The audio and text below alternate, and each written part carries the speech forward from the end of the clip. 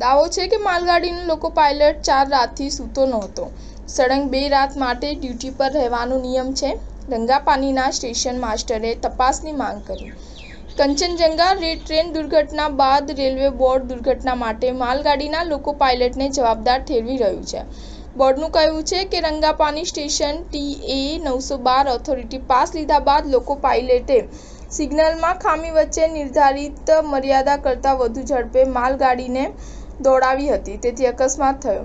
ઠાકુરે વધુમાં કહ્યું કે પાયલોટને દોષ આપવાની પરંપરા જૂની છે. ઓડિશામાં કોરોમંડલ ટ્રેન દુર્ઘટના બાદ એવું કહેવામાં આવ્યું હતું કે લોકો પાયલોટ અને કો-પાયલોટ મોબાઈલ પર ક્રિકેટ જોઈ રહ્યા હતા, જેના કારણે તેઓ સિગ્નલ જોઈ શક્યા નહીં.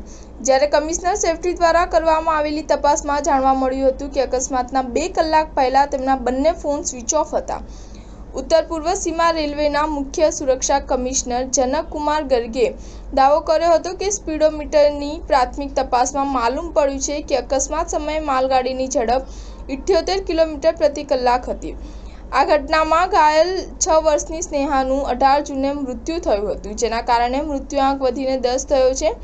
સમાચાર એજન્સી PTEના જણાવ્યા અનુસાર રાનીપાત્રા રેલવે સ્ટેશન અને છત્તરહટ જંકશન વચ્ચેની ઓટોમેટિક સિગ્નલિંગ સિસ્ટમ સવારે 5:50 બંધ થઈ ગઈ હતી. કંચનજંગા એક્સપ્રેસ સવારે 8:27 રંગપાની સ્ટેશનથી નીકળી હતી અને રાનીપત્ર સ્ટેશન અને છત્તરહાટ વચ્ચે રોકાઈ હતી. જ્યારે સિગ્નલિંગ સિસ્ટમમાં કોઈ ખામી સર્જાય છે ત્યારે station master TA-912 retain authority જાહેર કરાઈ છે. આનાથી ડ્રાઈવરને ખામીના કારણે તમામ લાલ સિગ્નલો પાર કરવાનો અધિકાર મળે છે. રાનીપાત્રાના સ્ટેશન માસ્ટરે કંચનજંગા એક્સપ્રેસને TA-912 જાહેર કરી હતી. ટ્રેન અહીં 10 મિનિટ રોકાઈ હતી. રંગાપાનીથી 8:42 નીકળેલી માલગાડી 8:55 કંચનજંગા એક્સપ્રેસ સાથે અથડાઈ હતી. સ્ટાર ન્યૂઝ 7 હંમેશા સચ્ચાઈની સાથે.